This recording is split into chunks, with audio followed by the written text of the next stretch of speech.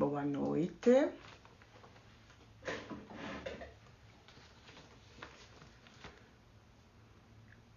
Boa noite, Rosana, tricologista, mais estética, Jéssica, alergia. Boa noite, Momito. Vamos vendo as pessoas entrando. Momito, manda aviãozinho pro pessoal da IDEL. Pessoal da IDEL, não vi ninguém entrar ainda.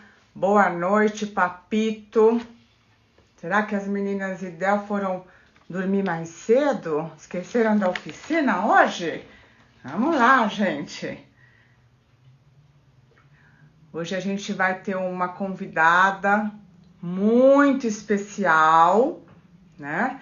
Eu tô esperando mais gente entrar para colocar música. Vamos lá, Papito. Cadê a Mamita? Érica, primeira da IDEL. Jundiaí, Thaísa. Cadê as meninas? Vamos entrando, vamos entrando. Bom, então vou colocar uma música. Flaviana, boa noite. Hoje a gente vai falar de intolerância, alergia. Será que tem cura?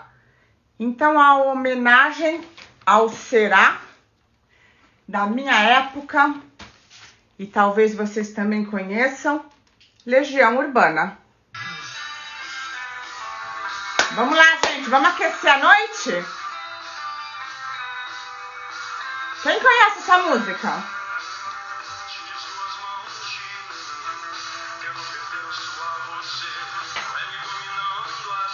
Será? Legião Urbana, né, gente? Anos 80 explica. Boa noite, Maria Gomes, Renilde, Kekadiane. Sabe o que eu vou pedir vocês que estão aí? Vão mandando aviãozinho para quem vocês acham que interessa assistir essa oficina. Cadê as meninas IDEL Saúde Morumbi e Butantã? Boa noite, Luciana. Será? Será que a alergia e intolerância tem cura?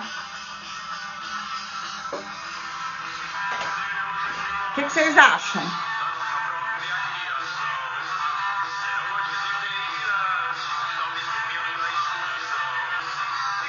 É isso, nós vamos estar conversando, tá, gente?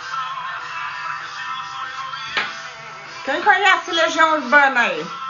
Ah, doutora Raíli Poloto! Que saudades! Será? Será, Raíli? Stephanie, boa noite. Boa noite, Thaísa, IDEL Jundiaí. Yara, beleza estética. A gente sempre coloca uma música para aquecer. Ficar pra quê? Espero que vocês fiquem, hein? A segunda, né? Da IDEL Morumbi, a Stephanie entrou primeiro, Joelma. Aí, vamos lá. Cadê a nossa Nutri, Letícia?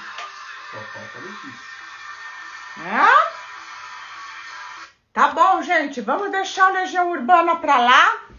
Maravilhoso. Boa noite, Cici. Bom, a gente sempre coloca uma música para aquecer. A gente está esperando a nossa convidada entrar, a doutora Ariana. A doutora Ariana é alergista.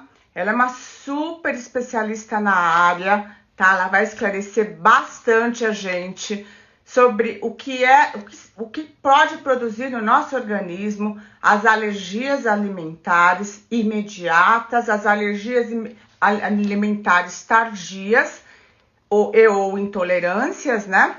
Se os sintomas são só do trato gastrointestinal, se existem outros sintomas. E eu queria começar dizendo para você uma questão na pele, né? Para quem não me conhece, eu sou dermatologista, né? E pratico também saúde integrativa. Um dos casos mais frequentes, uma das doenças mais frequentes em crianças, uma doença crônica, é a dermatite atópica, que é uma alergia na pele. Essas crianças têm uma sensibilidade, né? Aonde essa sensibilidade pode ocorrer não só na pele, ela pode ocorrer também nas vias respiratórias, né? Dando a rinite e a bronquite, e múltiplos fatores estão envolvidos. Na maioria das vezes, agentes externos, ácaros, infecções secundárias, estresse. Em alguns casos, também temos relação com alergias alimentares. Porém, não é a alergia alimentar que causa dermatite atópica, mas os pacientes com dermatite atópica podem estar mais sujeitos a alergias alimentares.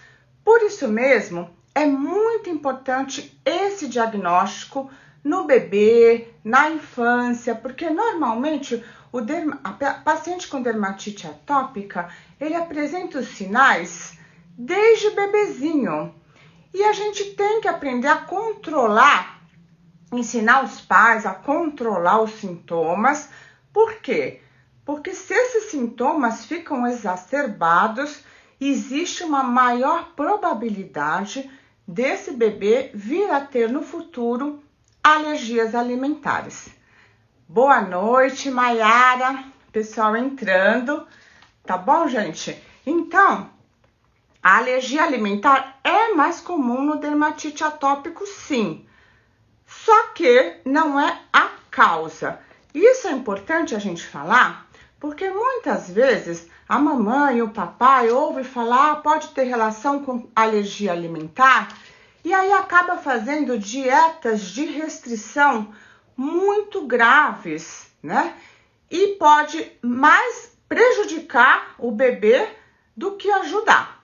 A sogra blogueira, minha cunhada Carla, Maiara, Mari Spitatelli. Oi, Mari, tudo bom? Boa noite, gente. Nós começamos aqui o assunto sobre alergias, tá? Eu vou estar chamando a doutora Ariana, mas eu comecei falando de dermatite atópica, que é uma alergia que se manifesta na pele. E é, então, uma das doenças de pele em crianças, doença crônica mais frequente. E os pais sofrem muito, porque muitas vezes é difícil de controlar, visto que ela é desencadeada pelo ácaro, que tem em vários locais, e muitas vezes por fatores emocionais. E a gente sabe que as crianças hoje em dia estão muito estressadas. Doutora Ana Paula, essa doutora Ana Paula é demais, gente. Cirurgia plástica, teve aqui 2 vezes com a gente e deixou saudade. Eu quero mais, Ana Paula. Amanda, minha norinha, só tem gente bonita hoje aqui na oficina, gente. Olha aí. Só dá em crianças dermatite atópica? Não. Ela começa muitas vezes em crianças e, na grande maioria das vezes, quando bem controlado, que é produzir uma hidratação muito grande nessa criança, tanto fazer ela ingerir bastante água, que hoje em dia é difícil, né? Às vezes a gente pega crianças que não bebem água. Então, o papai e a mamãe têm que orientar, sim, estilo de vida, que é o que eu sempre falo aqui, e sempre eu aponto para isso, e às vezes a pessoa fala, nossa, doutora, você é repetitiva. Mas, infelizmente, hoje em dia as pessoas não bebem água, infelizmente não comem frutas e legumes, infelizmente são sedentárias, mas querem ter uma pele bonita, uma pele hidratada. Fica difícil. Então, a criança com atopia é uma criança que tem sensibilidade, ela tem uma alteração na barreira cutânea. E o que a gente tem que fazer é hidratar muito essa pele externamente, com produtos adequados, não são cremes hidratantes com perfumes, não, são cremes hidratantes calmantes, e bastante ingestão de líquido, alimentos in natura, né, frutas, legumes, e orientar banho, orientar o ambiente, né? Tem várias orientações. Então, sogra blogueira, respondendo a sua pergunta, é muito mais frequente em crianças, sim. E quando bem cuidada e quando tudo evolui bem, há uma grande chance dessa dermatite atópica se curar na adolescência e na idade adulta. Alguns adolescentes e adultos não se curam e até tem uma exacerbação do quadro. Então aí fica uma coisa meio crônica para sempre, né? Mas aí é onde a gente tem que ir controlando os sintomas, tá bom? Então, vocês têm mais alguma pergunta sobre dermatite atópica? Será que a doutora Ariana entrou? Doutora Ariana, me dá um oi se você entrou aqui para eu poder te chamar, querida. Vamos ver, será que ela entrou? Já tive algo parecido. É muito frequente, viu, gente? Normalmente, a dermatite atópica, então as crianças têm muita coceira nas dobras de braço, de pescoço, atrás do joelhinho, tá? Vocês vão falar sobre esofagite? Ah, querida, eu não sei se a gente vai ter tempo para falar de tudo isso, né? A gente vai abordar alergias, intolerância alimentar. Não sei se vai dar tempo, mas vamos ver, vamos esperar a doutora Ariana entrar. Ainda não. A doutora Ariana, eu vou explicar para vocês. Ela é uma médica super requisitada e ela falou para mim, Regina, eu marquei com vocês, mas eu tenho uma aula, né, para dar. Então ela deve estar terminando a aula dela e vamos esperar que ela entre aqui para estar falando com a gente. Oi, Silvinha, a doutora Ariana entrou, já vou chamá-la. E aí, gente, a gente vai entrar já direto no assunto. Lógico que eu vou apresentá-la, né? Eu quero que essa médica merece, né? Vamos lá, gente. Já chamei. Doutora Ariana, já te chamei. Olá, Ah, querida. tudo bem? Saí da Ai. aula agora, 1 minuto. Ai, querida, respira, toma uma aguinha enquanto eu vou te Já apresentando. deixei a água aqui do lado, eu vou ver só se eu consigo fixar aqui o celular. Tá, fica tranquila, vai se ajeitando aí, querida. Olha, Tá. gente, essa querida tá cedendo o tempo dela, porque o assunto é de suma importância. Hoje em dia, a gente tá vendo muito diagnóstico errado, né? Muita conduta errada, que às vezes mais está prejudicando do que ajudando. Então, a gente tem, de um lado, né, casos de alergia mal diagnosticado, né, e o paciente vai ficando cada vez pior. E do outro lado, um diagnóstico excessivo, né?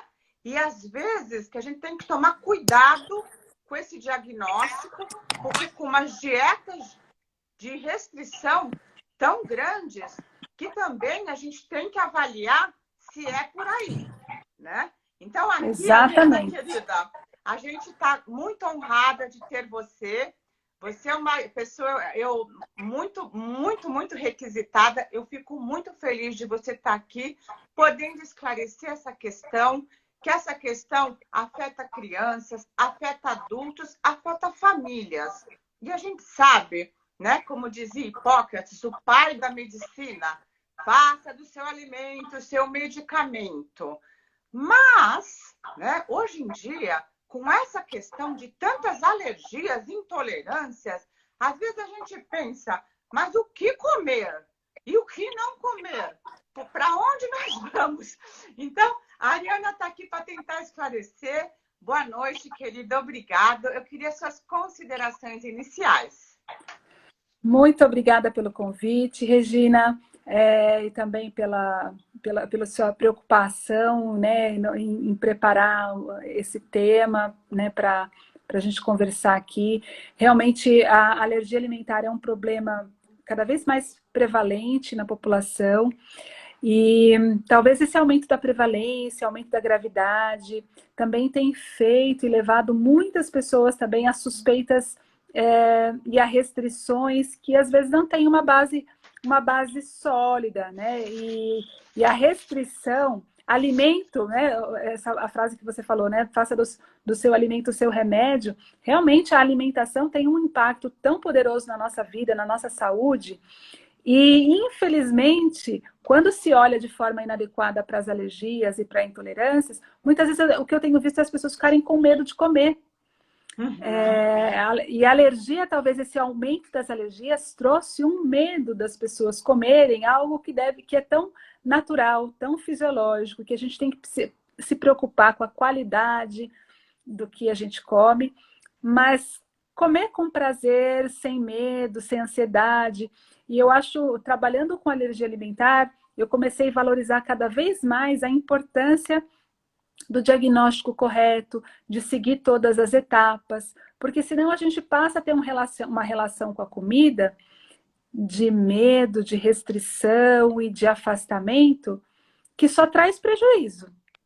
Né? Então, eu acho que por isso que as oportunidades da gente falar sobre alergia alimentar são oportunidades da gente esclarecer muitas questões relacionadas à alergia e à intolerância.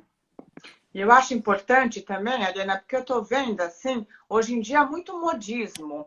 Então, por exemplo, a gente sabe que existe uma intolerância à lactose nos adultos, sim, grande. A gente sabe de intolerâncias a glúten. Mas o que eu estou observando é assim, a mamãe e o papai, às vezes, está meio perdido nessa história. Então, eles ouvem falar leite, intolerância à lactose. Ah, eu não posso tomar, então meu filho também não pode. Então acaba que ninguém mais toma leite em casa e você nem sabe se é por aí. Aí tem aquele pessoal da malhação. Ah, não pode comer fruta, só pode comer proteína. Ah, então também em casa não tem mais fruta. Então, o que eu estou observando é que está havendo umas coisas restritivas e você fica pensando onde que nós vamos parar.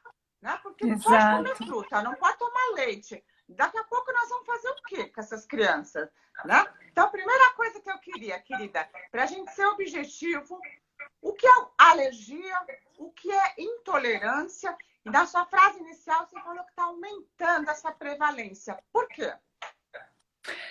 Bom, a alergia é um universo completamente diferente de tolerância, porque a alergia é o sistema imune, o nosso sistema de defesa que deveria apenas nos defender, reconhecer coisas que podem fazer mal e reagir contra elas para eliminar agentes infecciosos, por exemplo.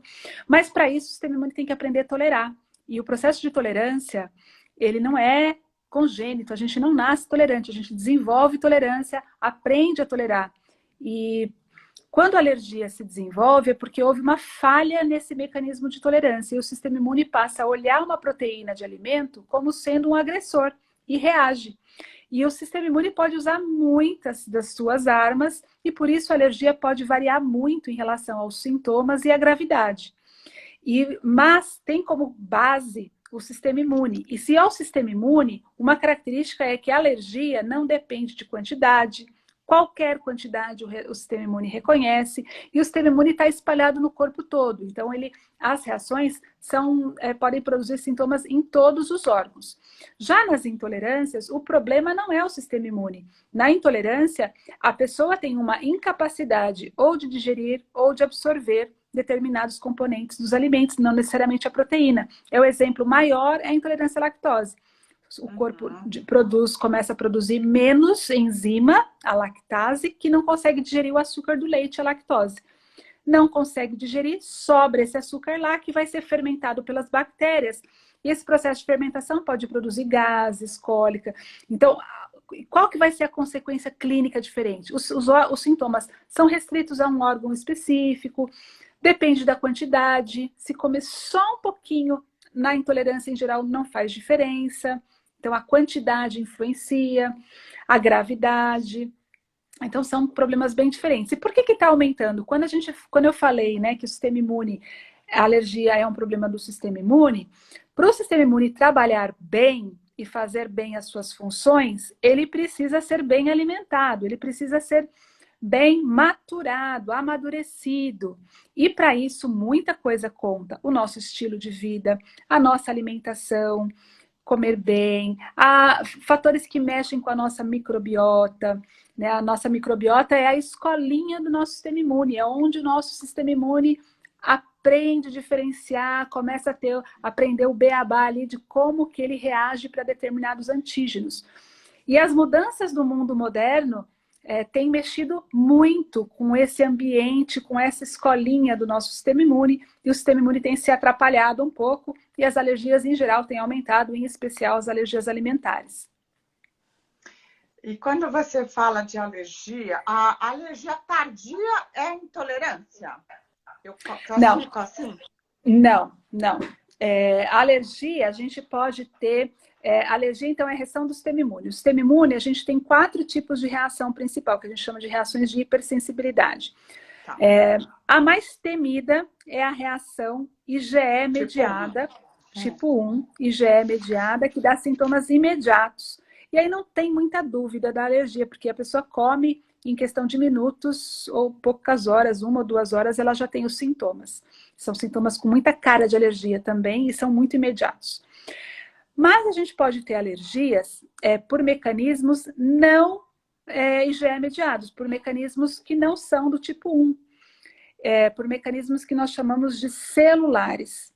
E as células do sistema imune, para reagirem, elas precisam migrar de determinados órgãos, dos órgãos linfóides ou medula, e migrar para os tecidos, depois que ela tem o contato com o alimento. E esse processo demora alguns dias. E aí nós podemos ter algumas alergias que são tardias, por mecanismos celulares. A gente tem, por exemplo, esofagite eosinofílica, enterocolite, né, o FPAS, que são manifestações tardias por mecanismo tardio. Mas todas as outras, os outros componentes de uma resposta imune, então, limiar de sensibilidade baixo, reage para mínimas quantidades, as reações são reprodutíveis, todos os outros princípios da resposta imune, memória, mesmo as alergias tardias guardam esses princípios de uma resposta imune, mas os sintomas são tardios. Já a intolerância, tem muita gente que chama de intolerância à alergia tardia, mas confunde um pouco com, por exemplo, os testes de IgG, né, que acho que a gente vai falar daqui a pouquinho. Mas as intolerâncias, a gente pode ter intolerâncias também com sintomas rápidos, com sintomas imediatos. Por exemplo, tem pessoas que têm intolerância a sulfito, que tem no vinho, nas frutas secas, damasco, uva passa, nos vinhos também tem sulfito. E essas pessoas que têm intolerância a sulfito, elas tomam o vinho em questão de minutos a horas, podem começar a ter tosse, broncoespasmo, dispneia. E é uma intolerância, não é uma alergia. Depende da quantidade, não é mecanismo imunológico, não é contra uma proteína. Então, não é imunológico, não é alérgico, é uma intolerância. Mas tem sintomas imediatos. E a gente tem intolerâncias que são mais tardias, né? Então, a intolerância à lactose demora algumas horas, em geral, para a pessoa se sentir mal. E muitas vezes, Adriana, esse paciente que tem intolerância, e não é sintoma do trato gastrointestinal necessariamente, né? Ele pode ter uma dor de cabeça, irritabilidade, alteração no sono, e às vezes ele nem consegue conectar. Nossa, aquilo que eu comi, é difícil às vezes puxar o fio da meada, né? Sim, então, no caso, por exemplo, tem pacientes que são sensíveis a alguns componentes, nos alimentos, a gente tem alguns componentes químicos, que, por exemplo, as aminas vasoativas, né? Por exemplo, tiramina, que é uma amina vasoativa que tem alguns queijos, por exemplo, alguns queijos envelhecidos. As aminas, elas têm ação de vasodilatação. Pessoas que têm, por exemplo, enxaqueca, podem ter desencadeamento de dor de cabeça quando comem determinados tipos de queijo ou algum alimento que tem algumas aminas vasoativas. E, novamente, diferente da alergia, vai depender da quantidade, vai depender do contexto metabólico que a pessoa está, pode ser que tem dia que tenha, tem dia que não tenha. Nas intolerâncias, as questões são mais erráticas. É muito mais trabalhoso avaliar intolerância do que a alergia. Mas tem que ser um passo a passo assim, sistemático, para a pessoa não se privar, muitas vezes, e não se impor restrições radicais, que ela paga um preço alto, que não necessariamente é necessário. E todo preço que é alto e que é pago desnecessário, é prejuízo. Então, como é que a gente faz o diagnóstico? Vamos primeiro para o caso de alergias. É mais frequente em crianças? Vamos começar por aí. Bom, as alergias alimentares são mais comuns em crianças justamente porque o sistema imune está em desenvolvimento ainda nelas. E no adulto, a gente já desenvolveu tolerância. No adulto, a gente pode até desenvolver alergia para coisas que a gente não tem contato contínuo. Aquilo que a gente não tem contato contínuo, o nosso sistema imune pode dormir e falhar a tolerância. Por isso que adulto vai ter alergia para quê? Para amendoim, castanhas, para camarão, frutos do mar, coisas que a gente não tem exposição contínua. Aquilo que a gente já aprendeu a tolerar e mantém em contato, a gente não desenvolve alergia. Já a criança está formando a tolerância, então ela pode desenvolver, na idade, tem mais chance de desenvolver, por isso é mais comum em criança. Primeiro passo, suspeitar dos sintomas, suspeitar. E suspeitar não é condenar o alimento, né? E não existe alimento vilão. O problema da alergia é o sistema imune trabalhando o alimento. Os alimentos todos são bons. Mas a gente pode suspeitar de um alimento e aí segundo passo é o médico avaliar, de acordo com o tipo de sintoma, qual o mecanismo imunológico envolvido. Primeiro é esse passo. Dependendo do sistema, de qual mecanismo imunológico se suspeita, aí vai para a próxima etapa, que é a avaliação da sensibilização, que são os famosos testes de alergia, que não fazem diagnóstico de alergia, eles fazem diagnóstico de sensibilização, que é o primeiro passo. Uma vez sensibilizado, esse paciente tem mais chance de desenvolver alergia. E aí o próximo passo é, vamos restringir durante um período determinado, e se o paciente desaparecer o sintoma, reforça o diagnóstico. Não confirma, porque algumas manifestações, quando a gente retira o alimento, a gente pode ter melhoras que não são necessariamente pela restrição do alimento. Então é importante a gente reintroduzir com supervisão, porque existe risco de reações, no caso das reações IgE mediadas, que podem ser reações graves, e aí reintroduz com supervisão médica para ver se desencadeia o sintoma. E aí fecha o diagnóstico da alergia. E uma vez dado alergia, por exemplo, essa criança tem alergia a leite. Você suspende o leite para sempre? Por quanto tempo? Como é isso? Depois que fecha o diagnóstico. Sabe que essa pergunta, Regina, é uma pergunta super comum das famílias, né? Mas para sempre, eu falo, para sempre é muito tempo. Para sempre é muito tempo. A gente nunca vai ter essa resposta do para sempre. Mas ela será pelo tempo necessário. E aí, esse tempo necessário vai variar de acordo com o tipo de alimento. Alergias que surgem na infância têm mais chance de desenvolver tolerância. Então, no caso da alergia a leite, ovo, trigo, soja, a maioria desenvolve tolerância. E a gente vai monitorar, existem exames e também parâmetros clínicos que são preditores de prognóstico, quer dizer, são fatores que nós médicos olhamos para saber, esse paciente, eu estou com alta ou baixa expectativa dele sarar? Ele já está me dando sinais de que já sarou? E quando ele começa a me dar sinais de que já sarou ou está sarando, eu programo um novo teste de provocação para avaliar tolerância. No caso do leite, isso acontece por volta dos 5 anos, mas tem adolescentes hoje até que podem desenvolver tolerância espontânea. E, por outro lado, tem alergias que são consideradas persistentes. É o caso da alergia para peixes, para amendoim, castanhas, para camarão. Só para você ter uma ideia, a alergia a camarão, a chance de sarar é só 4%. Então, tem 4% de sortudos que podem sonhar com a possibilidade de voltar a comer camarão, quando são alérgicos. No caso do amendoim, 20%. No caso do leite, 80%, Sara. Uau! Que bom! Mas aí vira adulto e já não pode mais tomar, porque não tem enzima. Ainda mais se for velhinho, né, Ariana? Não, mas aí é mais que acaba fácil. nossas enzimas. Pois é, as minhas estão ótimas ainda. E aí, mas também a diferença, mesmo que desenvolva a intolerância à lactose, é um pouco mais tranquilo, assim, o grau de liberdade que o paciente tem com intolerância é maior do que o paciente alérgico. O paciente alérgico, ele precisa fazer a restrição total da proteína. Ele não pode, em hipótese alguma, consumir nada que tenha no rótulo, no alérgico a leite, nada que tenha proteína do leite.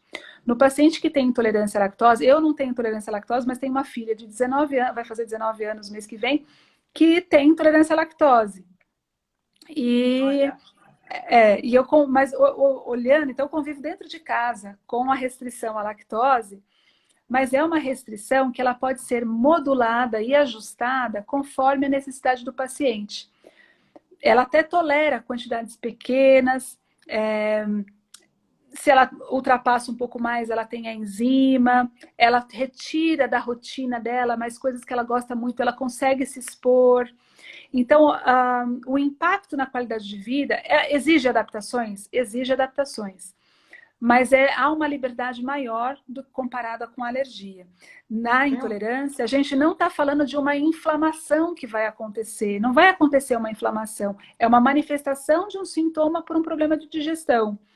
Mas no caso da alergia, é uma inflamação que vai acontecer e as consequências dessa inflamação podem ser muito graves. tem aqui uma pergunta. Criança com alergia à proteína do leite tem chance de cura sem tratamento? Tem, tem. Aí o sem tratamento é importante a gente fazer que o ideal é que ninguém que tenha nenhum problema de saúde fique sem tratamento, porque o tratamento não é só alergia a leite, não se resume só à cura. Né? O tratamento da alergia alimentar é muito mais amplo do que só pensar na cura. É pensar em qualidade de vida, é pensar numa alimentação saudável, é pensar no planejamento nutricional para não ter deficiência de nenhum nutriente, cálcio, por exemplo, ver como é que está a alimentação, se não está tendo nenhum erro alimentar. Orientar um plano de ação para se tiver algum acidente, o que tem que fazer. Orientar a prevenção de reação. Existem estudos hoje com probióticos que, para determinados tipos de alergia, podem auxiliar também na maturação daquelas célulazinhas imunológicas que precisam aprender a regular o sistema imune que está desequilibrado, está desregulado na alergia. Mas mesmo sem fazer tudo isso, mesmo assim o sistema imune pode aprender. É igual para a gente aprender a falar português, a gente aprende para falar português mesmo sem ir para a escola, né? A gente aprendeu lá com a nossa mãe, mesmo sem ir para a escola. Mas depois a gente vai para a escola e aprende a falar um português, né, mais formal. Tudo. Então, a atenção médica é importante para minimizar riscos que o paciente com alergia alimentar tem e tentar ajudar, né, na caminhada com alergia. Olha, tem um depoimento aqui da Tati Lore. Restringimos por 1 ano e meio trigo, leite, banana e soja. Hoje ela tolera todos os alimentos, está com 5 anos e continuamos com o uso de probióticos. Talvez seja até sua pacientinha, né? Medicamentos podem provocar uma intolerância a certos alimentos? Sabe que tem alguns medicamentos, assim, o uso é um daqueles fatores, né? Quando a Regina perguntou por que a alergia está aumentando, um dos fatores que mostrou que aumenta risco de desenvolvimento de alergia é o uso de antibióticos no primeiro ano de vida. Né? Não estou dizendo que não pode usar, os antibióticos têm as suas indicações, mas o que a gente observa muitas vezes é o uso indiscriminado, uso de antibiótico para resfriado, para nariz escorrendo, para secreção, qualquer secreção que aparece, usa lá, qualquer febre que aparece, usa antibiótico. E o uso de antibiótico altera muito a microbiota, que é essa escolinha lá do sistema imune, e os estudos mostraram que aumenta, não lembro qual o número de vezes, se é 3 vezes, se é 5 vezes. Esse número agora na minha cabeça ficou trocado, mas aumenta o risco de alergia alimentar. Então, tomar cuidado, fazer o uso criterioso, não está contraindicado, mas fazer o uso criterioso de antibióticos. Agora, se a pessoa já tem alergia, existem algumas medicações que facilitam a reatividade ao alimento se ela tiver exposição, facilitam ter reações mais graves. É o caso dos anti-inflamatórios. Então, os anti-inflamatórios, eles aumentam a permeabilidade gastrointestinal e nos testes de provocação, eles mostram que a gravidade da reação é maior. Tá? E aí, então, tomar cuidado também alérgicos em relação ao uso de anti-inflamatórios. Então, vocês estão vendo, gente, que o universo da alergia ele é grande e ele tem que ser tratado por um especialista. Por isso que existe essas anjas aí como a doutora Ariana, né? Ela está dando aqui algumas orientações, mas é muito extenso, não vai dar para a gente responder tudo aqui. Mas tem uma pergunta que apareceu 2 vezes da Samara. A alergia à proteína do leite consegue ser tratado após os 20 anos? Sim, sim. A alergia, assim, tem a idade, hoje, inclusive, hoje entrei um minutinho atrasada aqui, porque estava numa aula com um pessoal lá de Tocantins, falando sobre tratamento para pacientes com alergia persistente ao leite, e comentando que hoje os trabalhos mostram que a idade melhor para fazer o tratamento varia entre 4 anos de idade e 17 anos de idade. Mas eu tenho pacientes mais novos do que 4 anos que eu já tratei e pacientes mais velhos, adultos, que também já tratei. Aí tem várias questões, né, envolvidas. Então, quando a gente entra na idade adulta ainda alérgico, em geral os níveis de IgE estão muito, muito, muito altos, o que aumenta um pouco o risco do tratamento, mas não impede que ele seja feito. A gente também, sabendo disso, a gente aumenta nosso cinto de segurança em relação ao tratamento, mas é possível sim tratar após os 20 anos. A Dani ficou confusa, colocou anti-inflamatório ou antibiótico? Eu acho que o que a Ariana colocou é se a pessoa já tem alergia, o anti-inflamatório pode piorar, né? E o antibiótico é para criancinhas, né? Que às vezes tem uma gripezinha que é viral, nem é bacteriana, e vai lá, prescreve antibióticos, e isso atrapalha a microbiota intestinal e pode levar a uma alergia. É isso, doutora? É isso mesmo, perfeito, Regina. Gente, tem como prevenir a alergia? Alergia, tem uma pergunta que me mandaram, é genética? É culpa da mãe? É culpa de quem? Não é culpa. Pois é. E as mães, por incrível que pareça, não é ninguém que fala que é culpa das mães. É as mães, são as mães. A minha rotina é atender mãe que fica puxando culpa para ela mesma. Não é culpa da mãe. Existem muitas coisas que são muitas variáveis que influenciam no aumento de risco. Não tem nenhuma conduta específica, única, que a gente vai fazer. Olha, eu vou fazer isso e vou prevenir a alergia. E não vai ter alergia. Não tem. É um conjunto de coisas que a gente quer formar um sistema imune bem inteligente, que consiga diferenciar bem as coisas. Para esse sistema imune ser bem inteligente, ele precisa ser bem ensinado. E quem ensina o sistema imune? Começa lá desde a gestação. A dieta materna hoje tem alguns estudos que em relação ao ômega 3, então na gestante, essa gestante não deve fazer restrição alimentar, a dieta dessa gestante tem que ser diversa, tem que ter diversidade, qualidade. Tem estudos que mostram que a diminuição do consumo de peixe, em estudos epidemiológicos, estão associados a aumento de risco depois de alergia. Depois, no parto, esse sistema imune ele precisa ter a chance de ser colonizado por bactérias que conversam de uma forma boa com ele, e isso é dado principalmente pelos lactobacilos que estão no canal vaginal. Então, o parto cesárea, que tem as suas indicações também, mas a gente sabe que ele aumenta o risco. O parto normal, o parto fisiológico, o parto via vaginal, ele é mais fisiológico e favorece tolerância. Depois, garantir que esse bebê fique em contato com a mãe, ali no peito, que tenha oportunidade de mamar, receber o leite materno, e não lá na maternidade não seja dada nos primeiros dias de vida a fórmula artificial, a fórmula de leite de vaca, principalmente nos primeiros 3 dias. Tem um estudo de 2019 do JAMA que mostrou que a fórmula infantil nos primeiros 3 dias aumenta em 7 vezes o risco de alergia a leite. Olha! E depois cuidar da saúde desse bebê para ele também manter o aleitamento materno exclusivo por pelo menos 6 meses. E quando for introduzir alimentação de forma também variada, diversificada, com qualidade, mínimo de industrializado, com comida de verdade, variada, sem restrições. Desde que ele não tenha alergias, né? Ontem, coincidências ou não, né? Eu atendi uma paciente que ela foi me procurar por questões de pele, né? Mas ela me contou uma história que eu fiquei comovida. Ela falou, doutora, eu sofro muito. Agora meu filho tem 9 anos, né? Mas quando ele nasceu,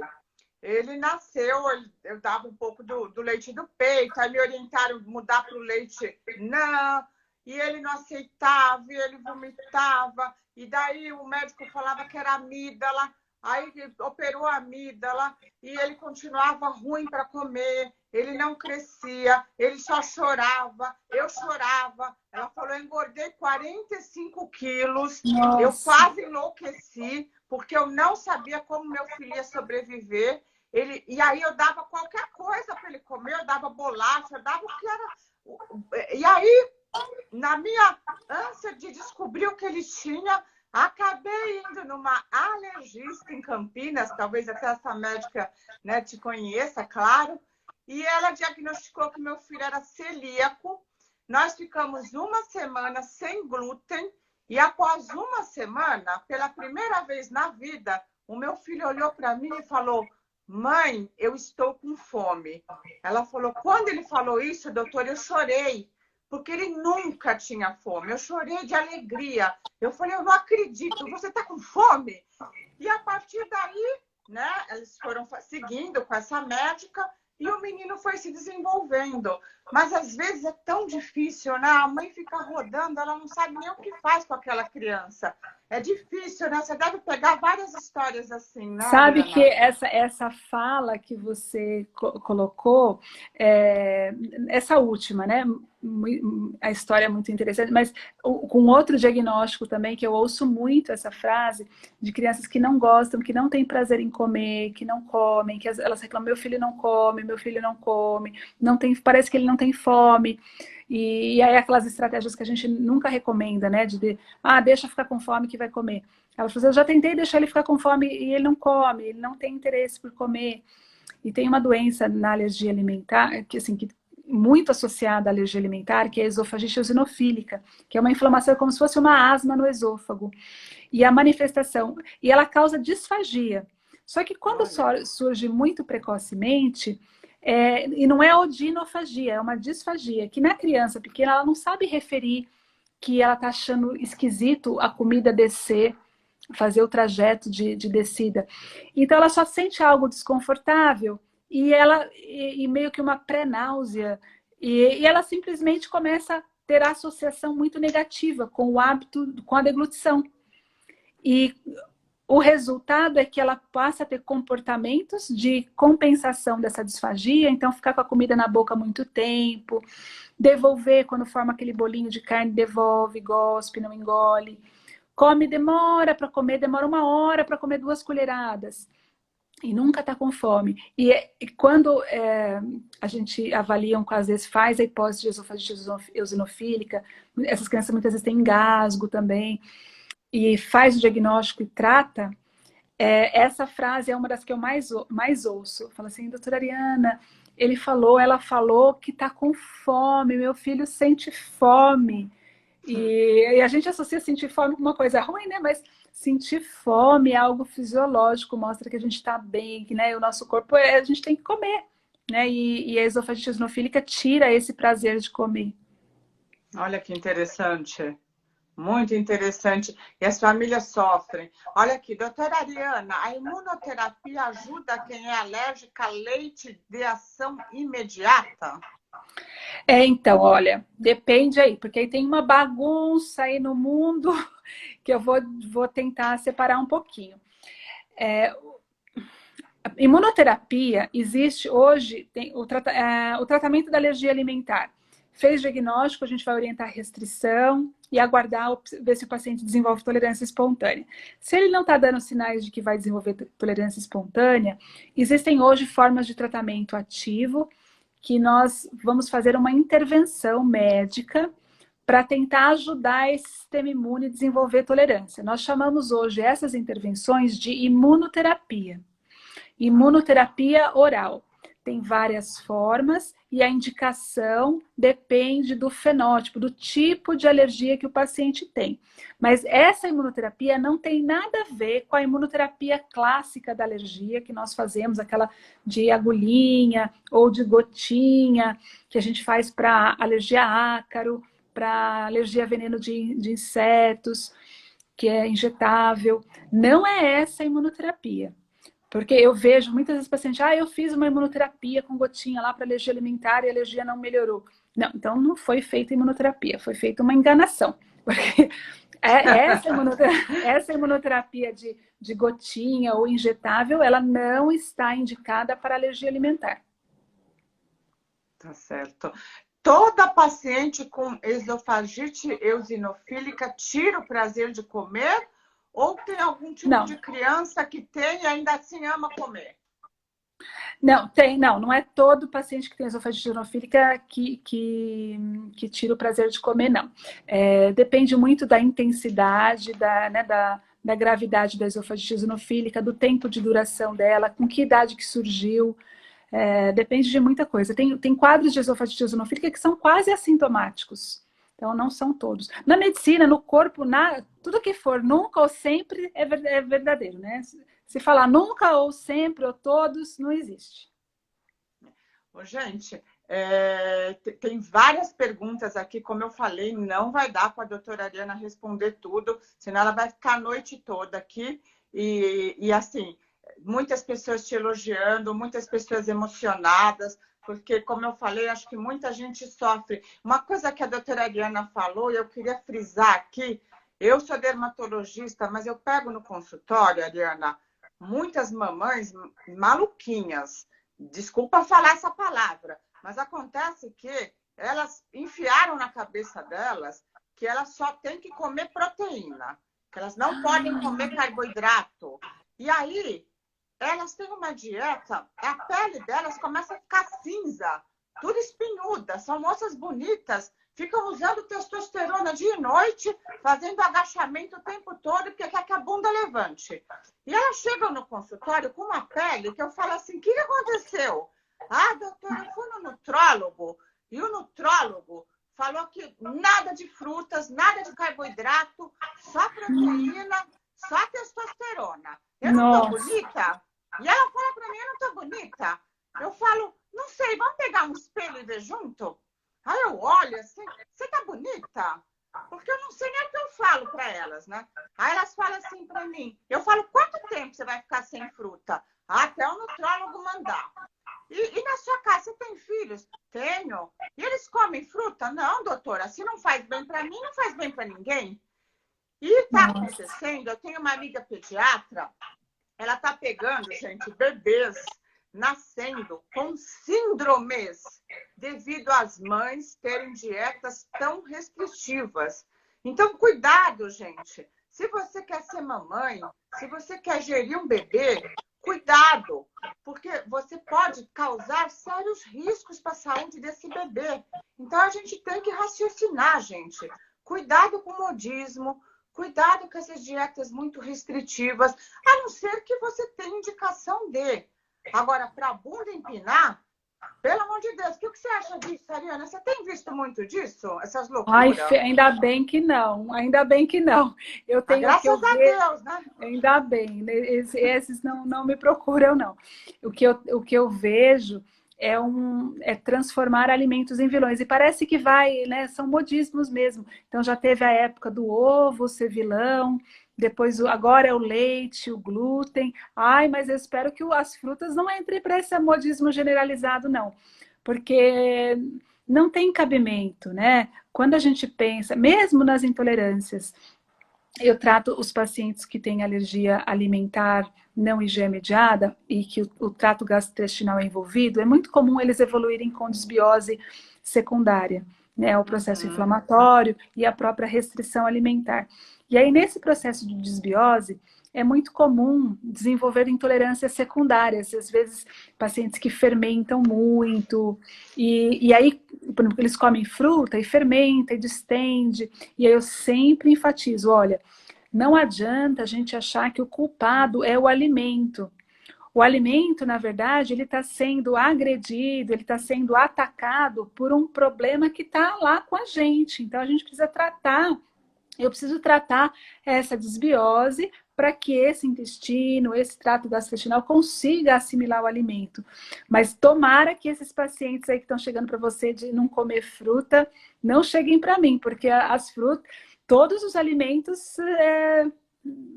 de forma equilibrada, as intolerâncias, muitas delas elas estão relacionadas ao desequilíbrio. Né? Da mesma forma, por exemplo, eu tenho os pacientes alérgicos a trigo, né? Ou alérgicos a glúten. E aí, muitas vezes, eu recebo pacientes com suspeita de, e que às vezes até melhoraram de vários sintomas quando restringe. E aí eles querem fazer dessensibilização. Falar, olha, não, para isso não tem dessensibilização. Vamos ver como está a sua saúde intestinal, vamos ver como está a sua alimentação. E tentando trazer um pouco de equilíbrio, eventualmente associar o uso de alguns probióticos. A gente muitas vezes consegue com uma alimentação equilibrada, porque o problema é que as pessoas hoje têm dietas muito, muito desbalanceadas. Então, ou come só proteína, ou come só glúten, come café da manhã, é pão, almoço é lanche. Ou é tudo vegano, não consegue a carga proteica necessária, né? Porque você pode ser vegano, mas você tem que saber que você tem que comer proteína. E às vezes os vegetais têm menos proteína, então você tem que fazer uma suplementação. Senão você fica com déficit proteico e vem procurar tudo careca. Doutora, tô perdendo o cabelo, minha unha tá quebrando, minha pele tá caindo. Lógico, você vai medir o que você come de proteína, é um horror por dia. Então, gente, você quer fazer dieta, você tem que procurar um nutricionista, você tem que fazer tudo certinho, você tem que seguir, né? E com uma dieta mais ampla, não coisas tão restritivas. Em relação à intolerância, o diagnóstico é bem difícil. Eu acho que eu já conversei com a Ariana à tarde, ela falou que ela não pede esses testes de IgG. Como que a gente faz diagnóstico, então, Ariana? Olha, Regina, eu tenho até uma hashtag, que é a hashtag IgG não. Porque ele induz o IgG, só falar um pouquinho dele. O IgG, a gente tem vários anticorpos. E o IgG é o nosso anticorpo de memória. Então, quando o nosso sistema imune entra em contato com uma proteína, e aí ele reconhece e quer dizer, ele quer guardar uma memória para o corpo para falar, eu conheço esse cara aqui. O que ele produz? IgG. Então, agora nós estamos tomando vacina de Covid, estamos todo mundo querendo produzir IgG, ficar com IgG, que é o nosso anticorpo de memória. Para, se a gente encontrar o coronavírus mais adiante, a gente ter IgG, né? E então, quando a gente está lá ao longo da nossa vida, as proteínas são digeridas e tudo, mas em alguns momentos, lá no bebê, ou quando a gente tem uma gastroenterite, ou quando a gente usa determinadas medicações, a nossa permeabilidade do nosso intestino, em algum momento, ela se altera. E aquela redinha que filtra as proteínas, em alguns momentos pode ficar com os vãos maiores e passar um pouco mais de proteína e ter contato com o nosso sistema imune. O nosso sistema imune olha e fala, olha, eu reconheci você e vou guardar a memória. Então, todo ser humano, a não ser que seja um ser humano que nunca comeu nada, todo ser humano vai ter IgG para o que come. Todos. Não existe ser humano que não tenha IgG para alimentos. Então, não é um exame para avaliação de intolerância, uma vez que todos têm. Vai variar a quantidade? Vai variar o tipo, a quantidade para os alimentos também, porque isso vai variar de acordo com a idade, se a criança foi prematura, se não foi prematura, se teve infecções intestinais, o número, um monte de coisa. Mas é uma marca que eu posso guardar esse IgG, que eu tenho ele lá desde que eu tenho 1 ano de idade. E hoje, não vou nem falar a minha idade, mas esse IgG está guardado lá de memória. Então, a gente não usa. E o diagnóstico é feito pela história. Então, a gente, primeiro passo, ouvir a história, Se a história é compatível, às vezes na história não surge muita suspeita, mas a gente suspeita porque aquele tipo de sintoma está mais relacionado com intolerância a determinado tipo de grupo. Eu dei exemplo das aminas valsativas, dos sulfitos. Então eu falo, olha, eu estou suspeitando de intolerância a isso. Vamos fazer um período de restrição, aí é a próxima etapa. Vamos fazer um período de restrição por X tempo e você vai retornar e você vai anotar a sua frequência de sintomas. O que é o X-tempo? X-tempo é o quê? Um mês? 6 meses? De 2 a 4 semanas. De 2 a 4 semanas já dá para perceber uma melhora bem significativa, da maioria. 4 semanas é o ideal. Tá. E aí retorna e houve melhora? Bom, houve melhora. Quando há melhora, ainda nós não provamos que realmente era aquele componente. Aí o que a gente faz? A gente vai reintroduzindo, como intolerância não é alergia, a gente vai introduzindo gradualmente. A introdução gradual, ela ajuda para algumas coisas. Na introdução gradual, primeiro, eu posso possibilitar que tenha reequilibrado alguma coisa, se estava relacionado com microbiota. Muitas vezes eu consigo reintroduzir gradual e o que eu quero é que a paciente volte a comer sem passar mal, sem ter nada. Ou, se ela realmente for intolerante e não tiver nada a ver com microbiota, ela é intolerante àquela substância, eu consigo, com a introdução gradual, identificar, olha, esse limiar aqui você tolera. Agora, isso aqui, a partir disso, você não tolera.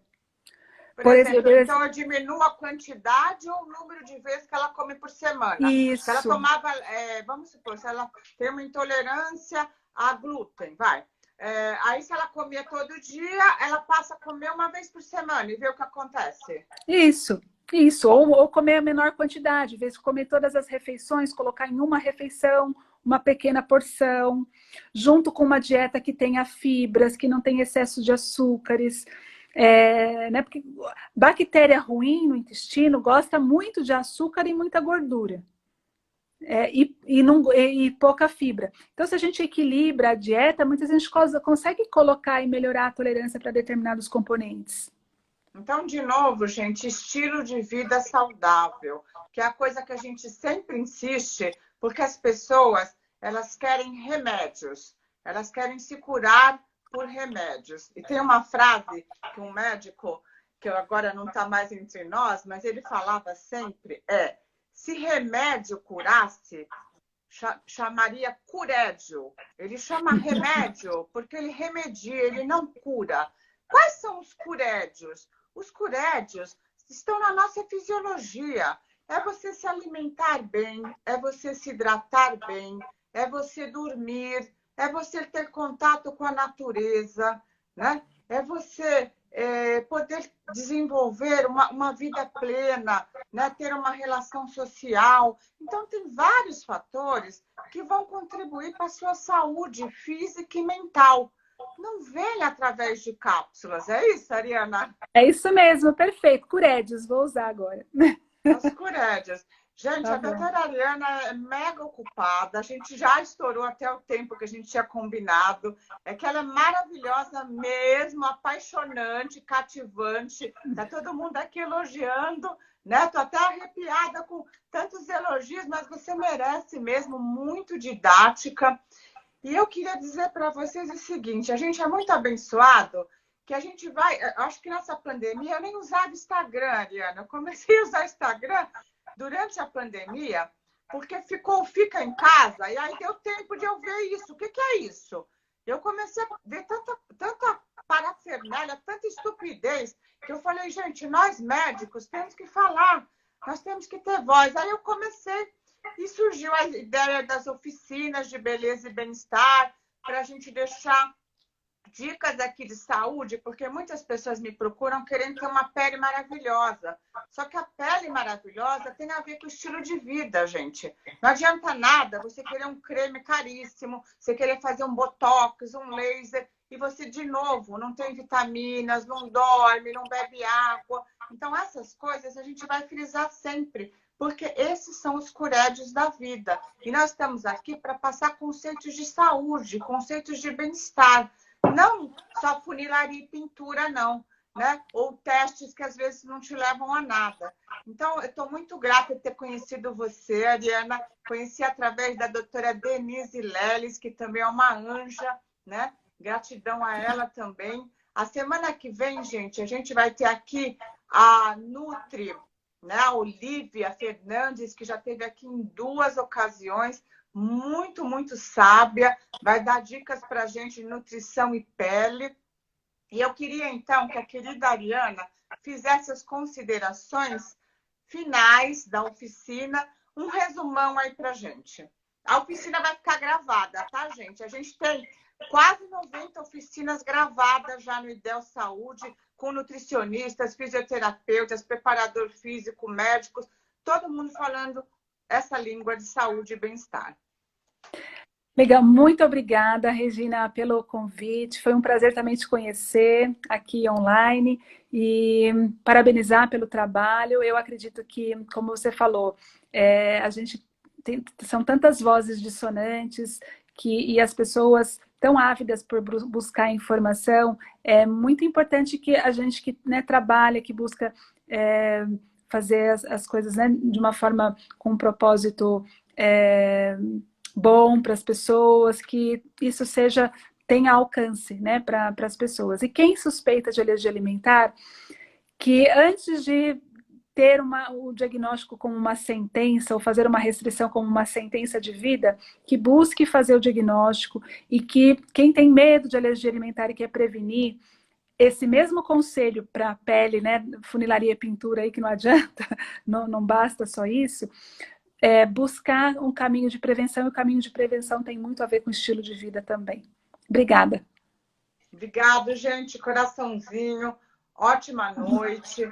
Muito obrigada a quem esteve aqui, que a gente poder ajudar um pouquinho. O canal vai estar aberto para a gente estar respondendo dúvidas na medida do possível. Beijo grande, gratidão a você, Ariana. Tchau. Ótima noite. Tchau, tchau. Tchau, tchau.